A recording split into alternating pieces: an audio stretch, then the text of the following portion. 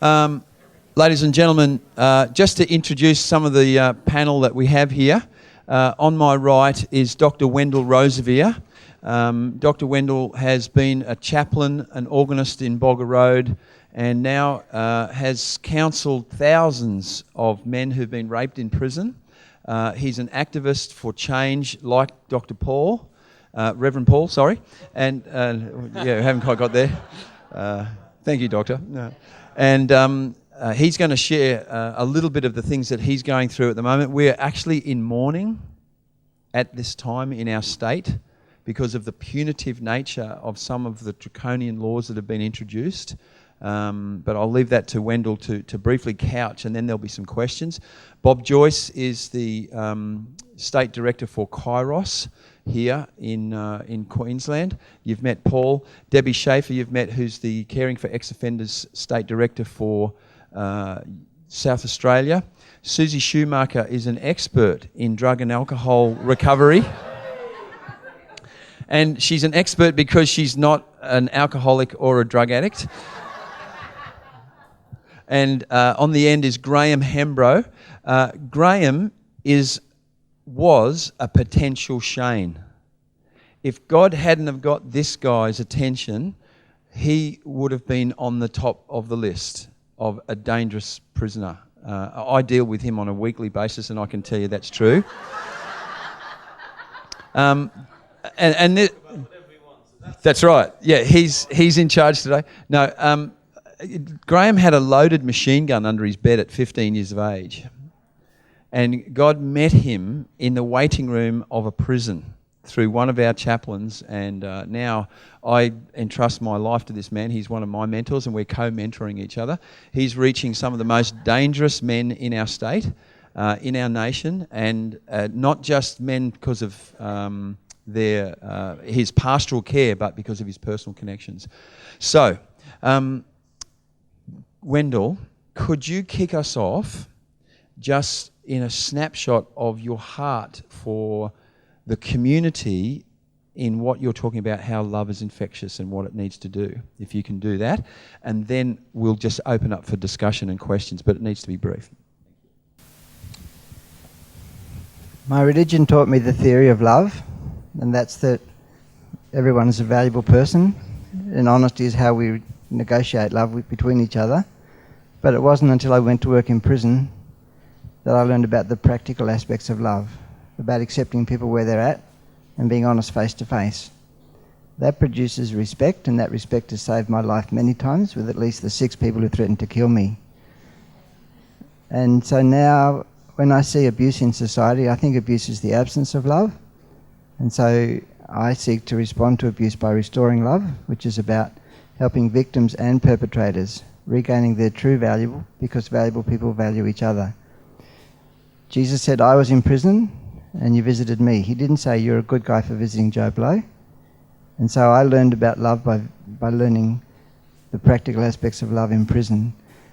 I think Jesus actually advocated a revolution. He said, treat people how you want to be treated. When you listen to the stories we've heard today, the people in prison are people who are survivors who find themselves treating people badly because they've been treated badly. And so Jesus actually advocated a revolution where we treat people how we'd like to be treated.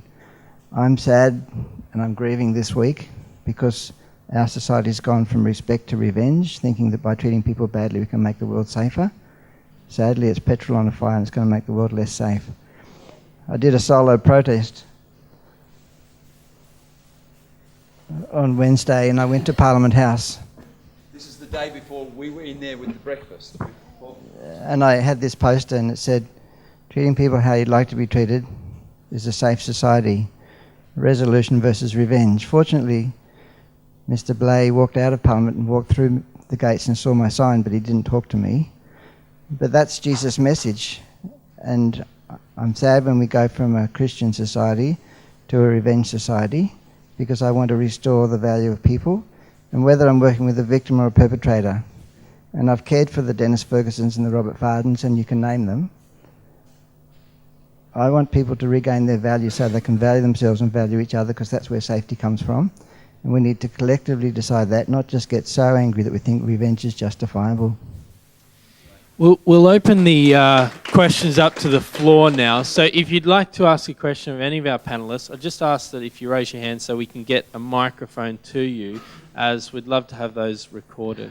Yes, we're recording all these sessions up to lunch, so we do need you to speak into the microphone nice and loud and clear, please. Okay, questions from the floor. I'll start. What if a guy comes to your church who hasn't given his life to Christ, hasn't got a clue, but just wants to come and get some help? Hasn't done Alpha.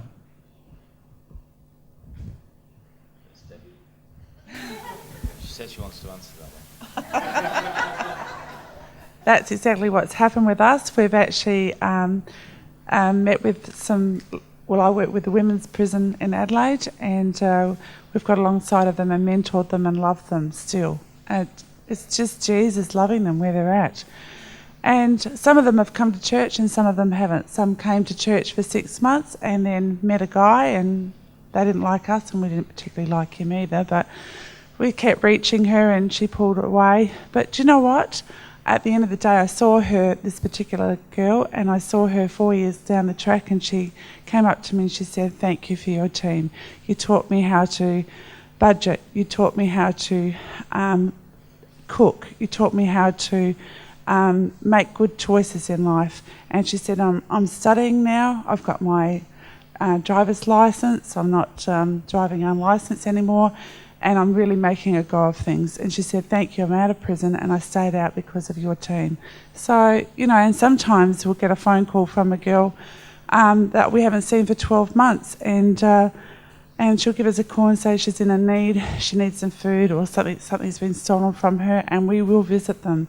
And other people say, "Why are you doing that? They're using you up." No, this is what Jesus would do.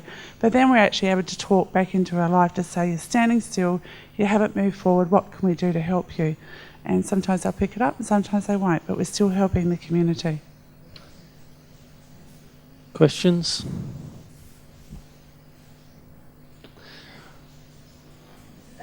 I'd be interested to hear from Susie.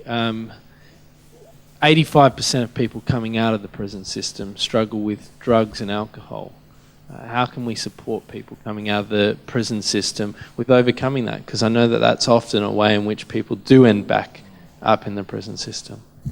Yeah, you're absolutely right, John. And the stuff that we've been talking about today, the idea of meeting people at the gate and having someone to walk those initial steps from life inside to life outside is so important, because when you say 85% have some sort of drug or alcohol issues or addiction issues, there's, I can't remember statistics, but there's really, really high numbers of people who overdose in those first days and weeks of coming out of prison, because they may not have had as much access to drugs whilst in prison.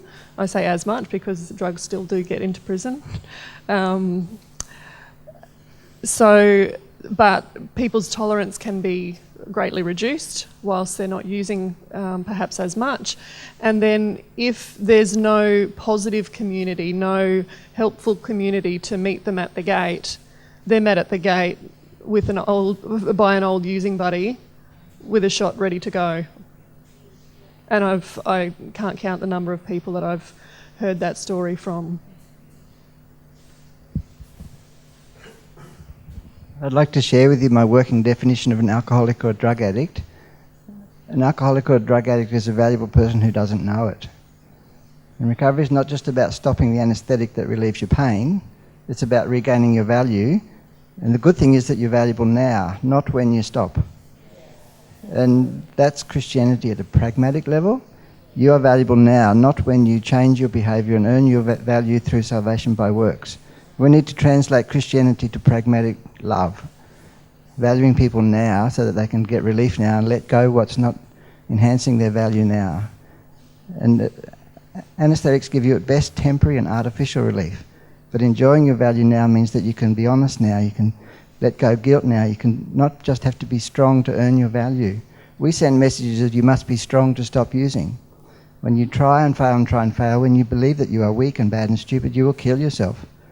And I've cared for 26 people who've died by suicide, usually seeing 1 to 5 a week who want to attempt suicide, believing that they're only valuable when they're strong. No, you're valuable now. When you know that, you can be honest now and you can let go of the garbage that makes you want to turn off the pain. I run a drug and alcohol recovery group every Wednesday. It's used by many people who've come out of prison. It's safe, it's non-judgmental, it's a relief focus group. If you can't get relief better than drugs, why would you stop drugs? Can I just, we have my son who's an alcoholic, and it's been in my family for years, so I'm a great fan of 12-step and the AA program. But I went to some, Clinton very sweetly when he started going to an AA group, asked me to go with him, which is not always the done thing, but you know, I went and I sat there with him just to support him. And I realized in that group, and there's different schools of thought, that you know, if you've been to an AA group, you go, my name's Paul Cowley, I'm an alcoholic. You know, welcome Paul, which is great. You're welcomed into a community. But I thought, you know what, that's why we started this recovery program, which is a 12-step program, signed and authorized by AA in New York, the office and everything. But what we've changed is, you know, what I want people to say, especially if they're Christians, is, my name's Paul Cowley, I'm a Christian, and I struggle with alcohol. So it flips it, because my identity is in Christ, not in my addiction. Now, I don't know if the doctor agrees with that, but for me, or whatever it is, if it's pornography, if it's whatever it is, you know, especially if you're a Christian, your identity, and I said to my son, Clinton, your identity is in Christ. Whether you're well or not, your identity is in Christ, and you struggle with an issue.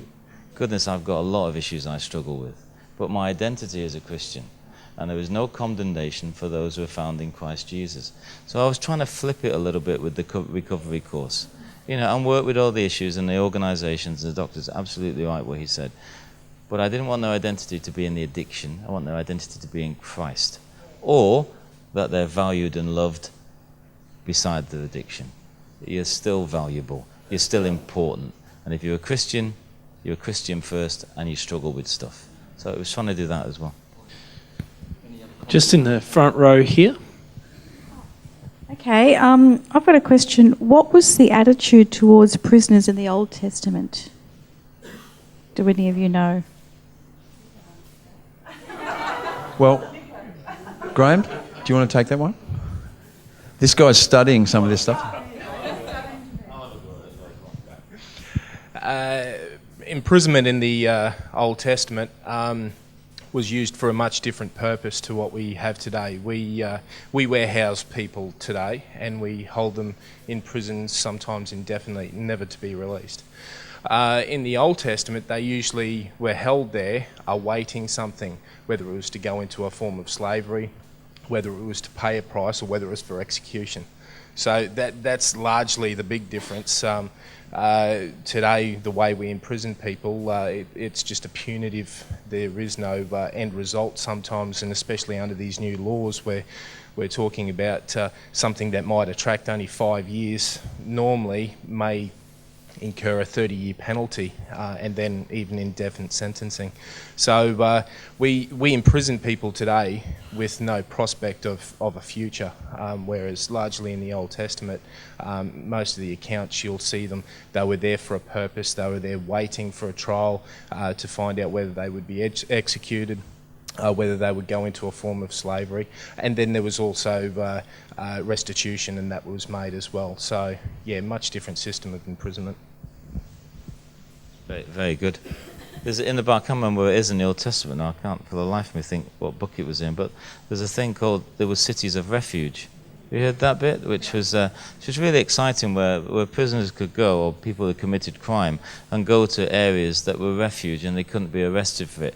And actually, that always made me think there were areas where they were trying to be reformed, or safe, you know, to be protected. Cities of refuge, which is, the churches are meant to be churches of refuge. And you're right, if you take Joseph, for example, who was locked up, you know, for that with Potiphar's wife, but you know, he was just waiting there, and God spoke to him, and it changed, you know, in different ways. You could say Daniel in the lion's den was a form of a prison. There used to be holes in the ground, the prisons in the Old Testament. But actually what we're supposed to do is, if you commit a crime, society says you have to pay that, you have to look after people, it has to be safe. So you go to prison and you serve your sentence through the MPs and the Parliament that we've elected. They decide that, and we trust them, and we put them in, hopefully, that's the theory. And if you go to prison, if you commit a crime, but while you're in there, it's our responsibility as a society to try and help you to be better. And that's what we missed. That's what they didn't do in the Old Testament, to answer your question. And that's what we're not doing very well at the moment, because it costs money and it costs resources and it has to be long-term thinking. But actually, it was Churchill who said you can tell a society and a civilization by walking through its prisons. You know, he said that when he was Home Secretary. So if you walk through our prisons and you see what's doing, you can see how that society relates to crime and criminals. You know, and I can tell you, and so can Melinda tell you stories in Africa, where there's no respect for life. There's no respect for redemption. There's no hope. And that's what we're supposed to do. You know, that's what always made me think about the cities of refuge. They must have been places of, oh, at least I can try and get my act together now, you know. Right. Questions? Other questions? Okay. Jason, if you could face the centre of the room when you ask a question, please. No worries, thank you. Stand up, please, if you can stand as well, thanks. That's Perfect. for everybody. This is for everybody. I'm just curious, is this any of these programs actually up and running in Brisbane at the moment? Because I remember when I stepped out of prison a fair while ago, there was no services. There was no, like, reintegrating back into society was just a farce, right? Pat on the back, dole check. And after that was gone, it was just survival. I've stayed at some of the bigger hostels run by churches here in Brisbane. Pindari, I was probably there for 6 months. I don't even think I even heard the word Jesus while I was there. I didn't know who he was until I turned 40, and I was after another 12 years of drug addiction and fighting for survival. I was more of a prisoner outside of prison than I was while I was inside. So I like the idea, don't get me wrong, but yeah, is there anything happening at the moment? Come to the workshop.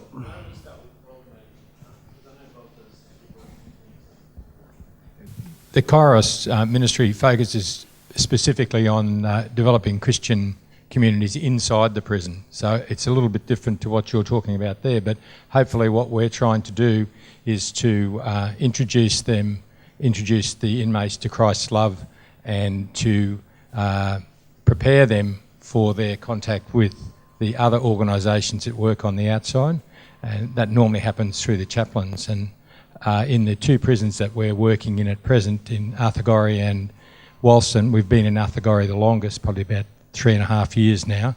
I feel that our feedback from the chaplains is that they're having maybe a closer relationship with some of the inmates there than they had before. So that's where Kairos fits into it. But there are other programs that are operating at present that someone else might like to speak about. Could I just quickly interrupt for a second? Do you have any other ex-offenders in these programs, right, for people to have that rapport with people like similar backgrounds?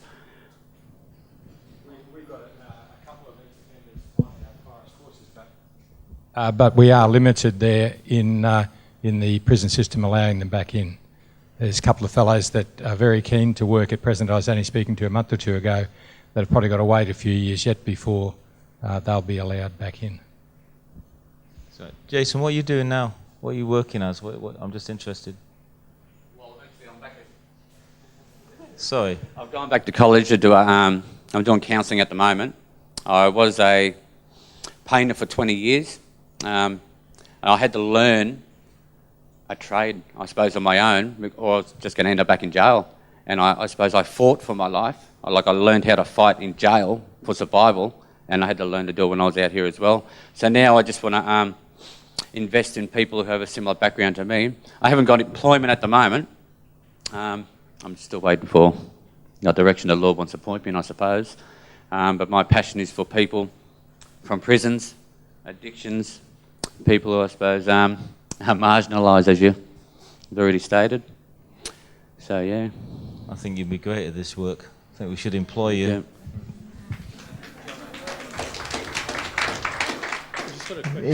In terms of safe... I was just going to name some other resources that are available. I do run MARS, Men Affected by Rape and Sexual Abuse. I've cared for 1,130 male victims. It meets every Monday night. We open every 3 months for new people. That's on a Stonewall Medical Centre. We don't exclude perpetrators. The only requirement is that you've been a victim and you want to recover. So we're about resolution, so people can regain their value, to value themselves and others. And I do run GLADS, which is the Gay and Lesbian Alcohol and Drug Support Group. It's been running for 22 years. It doesn't exclude straight people. It's a kindergarten version of AA where we have a one-step program. Come and be honest for yourself, even if you can't swallow big words like God or abstinence.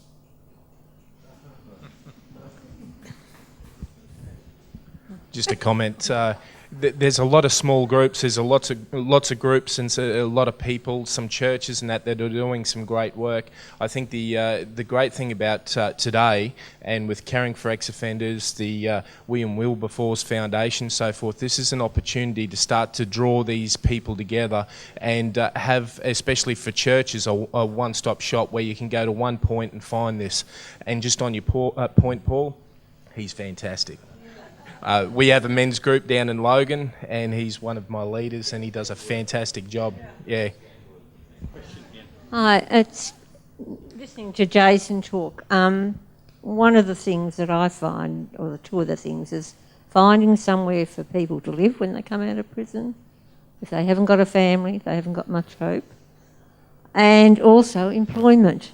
If only we could get people to employ them, even if it was just for 3 months, so that they have that background and that resume. It is so hard to get someone to do that. Yeah. Okay. Meg Thompson next, please. If you could say your name and where you're working, just to help Joe orient for the questions, please. Hi, I'm Meg Thompson, and I'm a chaplain at the Men's Woodford Correctional Centre. And last Thursday I brought 3 beautiful young men to Jesus. Amen. It was one, and why I'm so excited is because one, I just pray in the Spirit all the way down, but one man was the first man I met on the walkway going back into his unit, and just that conversation about shoes, actually. I had $5 woolly shoes on, and he had really flash ones, and I said, like yours. And he sat down with me at the table, and he just wanted Jesus so much. But anyway, what I was going to say, soap, salvation. Okay, they come out, they're hungry, you feed them. Soap, yes, you can clothe them. But how do you get the churches involved for accommodation? Because on the Sunshine Coast, where I come from, there's not one accommodation place that I know of. So what happens there for accommodation other than Centrelink? You know, how can the church get involved with accommodation, and what avenues are there in this area? Okay, I'll just leave it over to you. Last Saturday, Paul had a great little way of going about this, so it's probably best that he might speak to it. Can't believe you're volunteering me for the quiz. I'm supposed to choose if I want to answer that or not. Hey, it's Australia, mate. Yeah, no worries. The way we do it in England, or the way we've been doing it in mostly London, central London, heavy populated area, and around the UK, and I can only speak wholeheartedly about our church and what we do and what we've put together, is accommodation and employment are the 2 key things to get. You know, accommodation first, and then employment, and then stability, then the community, and all that stuff. You know that. What we started doing was there's all different ways, and I don't know what organisations you've got here, so I can't speak into them, but I partnered with an organisation in the UK called Green Pastures, Christian organisation, who were working up in the north of England, but not in London. Christian organisation, but a business, and what they did, they bought up properties that were quite cheap in the north of England, and people invested in this Green Pastures organisation. He bought properties, and then what he did, he put people who were homeless in them. So through their benefits that they get through the system, they pay that to Green Pastures, so they get accommodation, he gets the house paid for. I got him to come down to London. He bought 3 houses in the outskirts of London, and we formed a contract with him. I don't want to be a landlord. That was really hard work. I tried that once, nightmare. Don't want to do that, but I want to get people into accommodation. So we signed a contract with them, just to give you this analogy, whereas one of the flats has got 3 of our guys in. For example, the contract we signed that is if the boiler breaks or the roof leaks, Green Pastures have to fix it. If Fred falls down the stairs and breaks his leg, that's my responsibility. So we have this partnership where I can supply him endless amounts of people that need accommodation. And my job to him, or my ask to him, is that you have to get me accommodation. That's one way, finding people who can buy properties. Not always easy to do, just an organisation we partnered with. Sometimes what we'll do, we'll work with the bail hostels and the council housing, helping the men and women get on the list. Sometimes they don't know how to do that, to get on the list and to help them. Sometimes they've got bits of past that they don't know about that can help them move up the list, that they didn't know how to talk about it. So we help them with council housing. And the other way, sometimes, unashamedly, I get the church to help. I will ask for money. And I've got a little slush fund within the charity that if, don't worry, there's never much in it. I have a little slush fund that's in the charity that I can go to and get some money out. And what that's for, again, say David's just come out of prison. I can't quite work out where he wants to go or what accommodation or employment. We'll pay for him to be in some sort of hostel or hotel or bed and breakfast, we call them in the UK, or something. But we will pay for that as a church.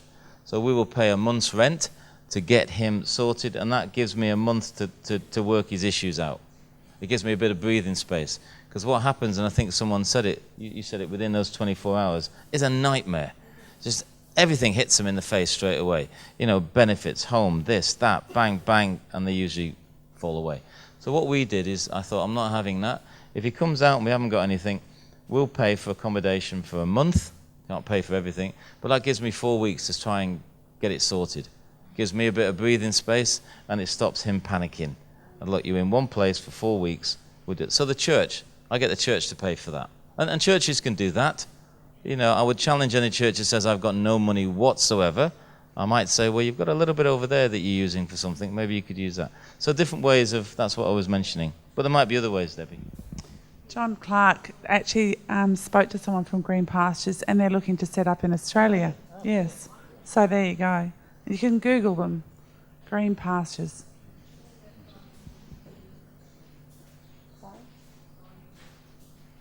Oh, maybe someone else can come back to that. But just, yeah, still on the accommodation issue.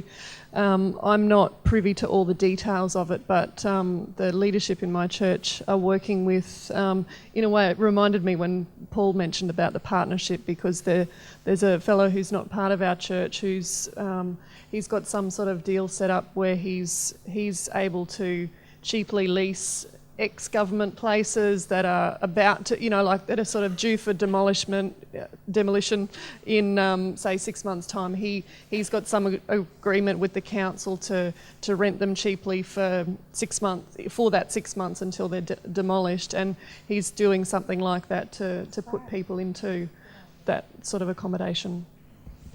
And to help Meg, we need an accommodation coordinator on the Sunshine Coast with the William Wilberforce Trust, and someone to coordinate a team of people who look after the addicts, and another person for the accommodation, and another person. So, Matt Bolton. Yep. Matt from here at Hope Centre.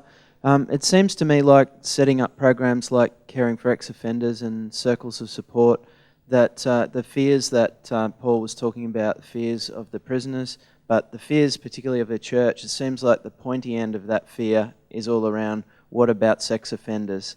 So I was just wondering whether maybe anyone on the panel, you could share some bullet points on just how to break down that wall that seems to go up.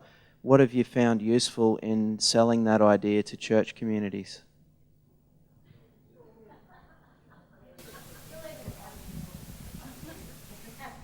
Yeah, I've cared for 139 sex offenders.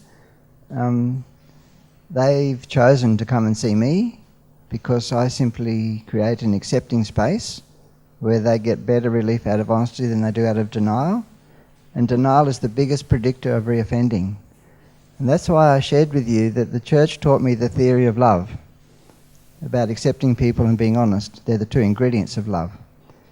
But my personal fear was in my life that if I was honest, I'd get rejected by my church. And so I've had to actually break love down to its pragmatic dynamics to be able to heal abuse. Abuse is the absence of love, so prevention and healing of abuse is the restoring of love. And so when we create an accepting space where honesty is the vehicle of love, then we both heal problems and we prevent problems. And so honesty must be part of that love that we use. And so it's not about secrecy, it's not about denial, it's not about justifying. And even in the rape recovery group that I run, if you've been a victim and you've gone on to become a perpetrator, and in my work about 6% of perpetrators have become victims, but about 80 to 90% of perpetrators have been victims, the issue is if you get your value back, then you value yourself and you value other people. No abuse. But if you don't value yourself, you gossip, you judge, you prejudge, you rape, you murder, you abuse. And so you can't get rid of darkness by using more darkness to sweep the darkness out. You get rid of darkness by bringing light into darkness. And so when we define love in how we treat each other, Jesus' revolution, we prevent abuse. And so if we have an accepting space where honesty is the vehicle of love, we don't have secrets, we don't have judgment, we have acceptance, we have honesty, we prevent abuse. Yeah. There won't be any more questions from the floor, but we're going to go to lunch. But the workshops will give you an opportunity. Okay. Matt, it's a great, as a pastor, I can understand why you'd be interested in that, and it's a really valuable question. And that's what my vicar before Nikki, Sandy, said to me, Sandy Miller, if we're going to do this, Paul, I think you're right, we should do it for everyone, but help me out here. So that's why we started putting that book together and the resources, and we've got a few sex offenders in our congregation.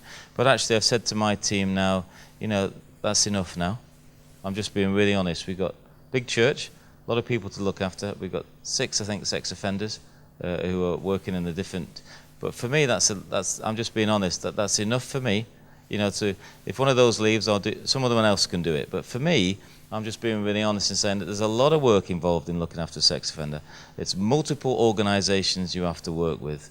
But because it's difficult, it doesn't mean I can't do it. But I can't take 50, and I can't just say, yeah, come on, yeah, everyone. I can't do that. So, because I've got a responsibility as well as a pastor. So, in the book, it tells you all the guidelines we go through, because you're absolutely right, and pastors, senior pastors, should ask that. If we're going to do this, help me out here, Paul, if I'm working with you to do this work.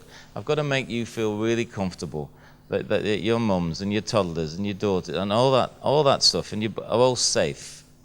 And there's a way you have to trust me, but I have to earn that trust with you, that it's safe. And I have to show you what I've done, and I have to show you that I'm working with the multi-agencies, and I've got Fred, and I have to introduce you to Fred or Mary or whatever I'm looking at, and so you feel comfortable. Because if you're not comfortable, it ain't going to work. And if you're not comfortable and I'm not comfortable, he or she is not going to be comfortable, and something's going to go wrong. So it's about working with the pastors. You cannot ignore them, especially with ex-offenders, but especially when you're dealing with sex offenders. And like I said before, we have to do this work. If they've come to Christ, they're Christians and they're brothers and sisters. But you have to work it out and be professional about it and get your support. Just to close this session up, Circles of Support, Wendy Eggett. Could you just stand up for a moment? Wendy Eggett, thank you. You can sit down. Wendy and Caroline, who sitting next to each other, are sisters. They're the daughters of Reverend Tom Scarlett, who passed away last year. He was one of the founders of Prison Fellowship Australia with Jim Fisher after Chuck Colson came here in 1980. Wendy is now the coordinator for COSA, Circles of Support and Accountability here in Queensland. And COSA is a program where we build a circle around the guy, and they have a contract. And some of that's in churches, some of it's not in churches. If you want to talk to Wendy at lunch, she's right there. Okay? All right, we're going to break in a couple of minutes.